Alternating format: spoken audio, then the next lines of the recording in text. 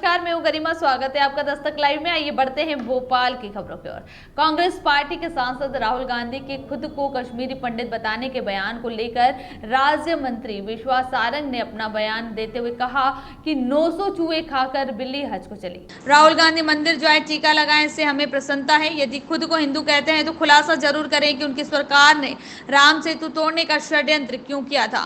हिंदू बताने की जरूरत क्यों पड़ रही है राहुल गांधी को। कभी कोर्ट के ऊपर जनेऊ पहन लेते हैं तो कभी नाटक नौटंकी करते लगा लेते हैं।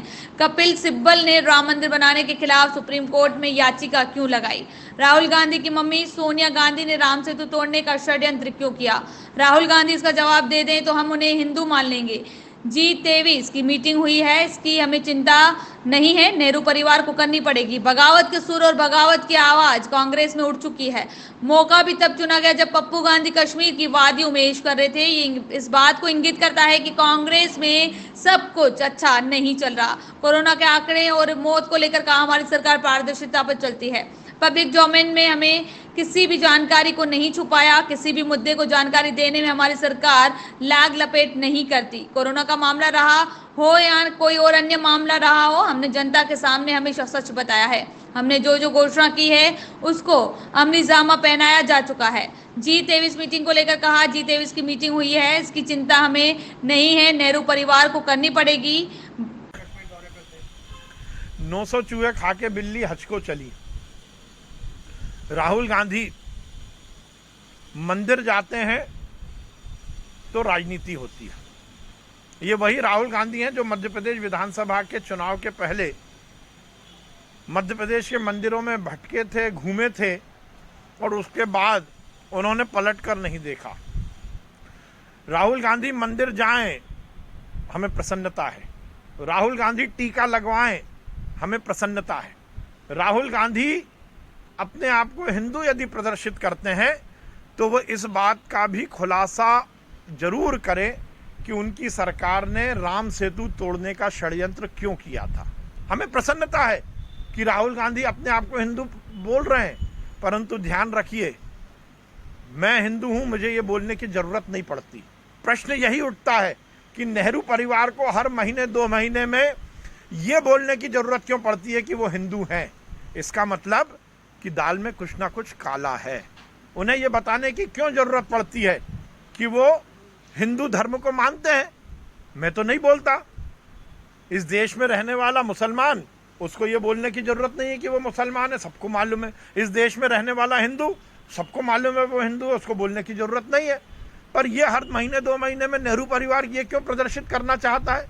कभी कोर्ट के ऊपर जनेऊ पहन लेना, कभी नाटक नौटंकी करके तिलक लगा लेना, कभी उल्टे हाथ जोड़कर पूजा कर लेना, कभी उल्टी थाली घुमाकर आरती कर लेना, इससे कोई हिंदू नहीं हो जाता। उन्हें ये बताना पड़ेगा कि श्री राम का अयोध्या में मंदिर बनाने का जो भारतीय जनता पार्टी का संकल्प था, उसमें टंगड़ी अड़ाने का काम कांग्रेस ने क्यों किया। उनके नेता कपिल सिब्बल ने राम मंदिर बनाने के खिलाफ सुप्रीम कोर्ट में याचिका क्यों लगाई। उनकी मम्मी सोनिया गांधी ने राम सेतु तोड़ने का षड्यंत्र क्यों किया। वो ये बता दें तो उसके बाद हम उन्हें हिंदू मान लेंगे। देखिए, वो तो उसकी टाई फिस मामला निकल ही गया। G23 की मीटिंग हुई है, इसकी चिंता हमें नहीं है, इसकी चिंता नेहरू परिवार को करना पड़ेगी कि बगावत के सुर और बगावत की आग अब कांग्रेस में ही उठ चुकी है। और मौका भी कब चुना गया, जब पप्पू गांधी जी कश्मीर की वादियों में ऐश कर रहे थे। ये इस बात को इंगित करता है कि कांग्रेस में सब कुछ अच्छा नहीं चल रहा और कांग्रेस में ये सुनिश्चित हो रहा है कि नेहरू परिवार को साइड ट्रैक करना है। G23 का जो उनकी मीटिंग हुई, उसमें विपक्ष के कुछ नेताओं ने इस बात को भी इंगित किया कि कांग्रेस के भविष्य को सुधारना है तो नेहरू परिवार से बाहर निकलना पड़ेगा। अब इसका जवाब कांग्रेस के नेताओं को देना चाहिए। देखिए, कांग्रेस तो कभी भी, चाहे वो लोकसभा हो, चाहे विधानसभा हो, चाहे राज्यसभा हो, वो सदन चलने नहीं देना चाहती। वो नकारात्मक राजनीति मध्य प्रदेश और देश में चला रहे हैं। हम तो चलाना चाहते थे। पहले वो ये कह रहे थे कि 4 दिन का सत्र छोटा है, और आप उठाकर रिकॉर्ड देखिए, आप सबने भी देखा है मीडिया ने और जनता ने देखा है कि जिस प्रकार से नकारात्मकता कर केवल हंगामा करके विधानसभा के सत्र को तिलांजलि देने का काम कांग्रेस ने किया, यह दुर्भाग्यपूर्ण है। कांग्रेस नहीं चाहती है कि वो मुद्दों पर बात करे, कांग्रेस नहीं चाहती है कि जनता का हित हो, कांग्रेस नहीं चाहती है कि प्रदेश का विकास हो। वो केवल राजनीतिक रोटी सेकने के लिए नकारात्मक राजनीति चला रही है।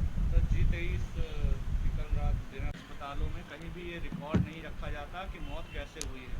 कोरोना और नॉन कोरोना की मौत का अलग अलग वर्गीकरण नहीं किया गया है। देखिए, सीधी बात है, हमारी सरकार पारदर्शिता पर चलती है। हमने पब्लिक डोमेन में किसी भी जानकारी को नहीं छुपाया है।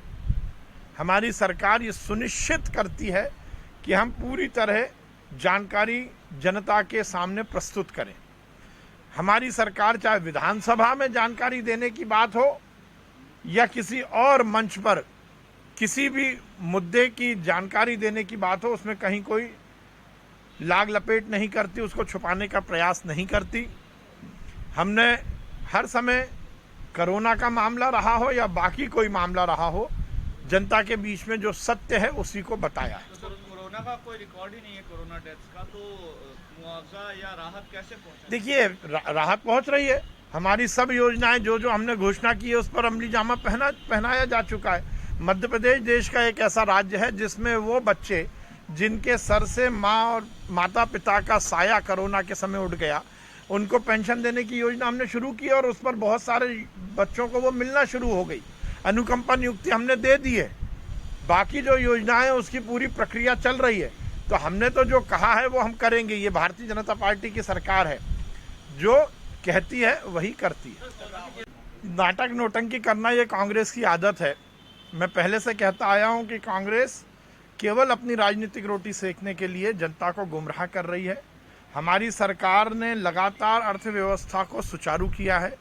युक्तियुक्तकरण करते हुए ही हमने टैक्स की वसूली की है।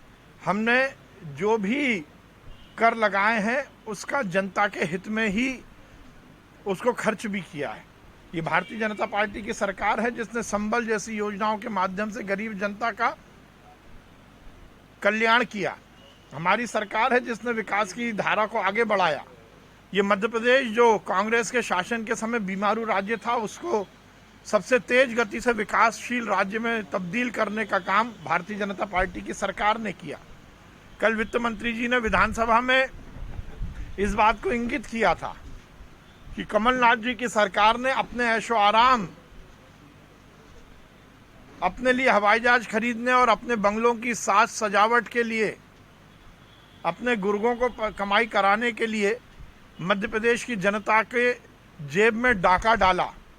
वो ये कहते आए कि खजाना खाली है, परंतु मुख्यमंत्री निवास पर, कमलनाथ के निवास पर करोड़ों रुपए जब खर्च हुआ तो खजाना खाली नहीं था। हमारी सरकार तो हर समय जनता के हित और कल्याण की बात करती है। कोरोना की थर्ड वेव को रोकने के पूरे प्रयास किए हैं। हमने वैक्सीनेशन को लेकर बहुत बड़ा कदम उठाया है और लगातार हम वैक्सीनेशन को बढ़ावा दे रहे हैं। फर्स्ट डोज और सेकंड डोज लोगों को अच्छे से लग सके, इसकी पूरी व्यवस्था की है और हमने तो अब 24/7 भी वैक्सीनेशन शुरू किया है। 24 घंटे भी भोपाल में वैक्सीन लगाई जा रही है। इसके पीछे का मंतव्य यही है कि ज़्यादा से ज़्यादा लोग वैक्सीनेट हो जाएं और थर्ड वेव को हम रोक पाए।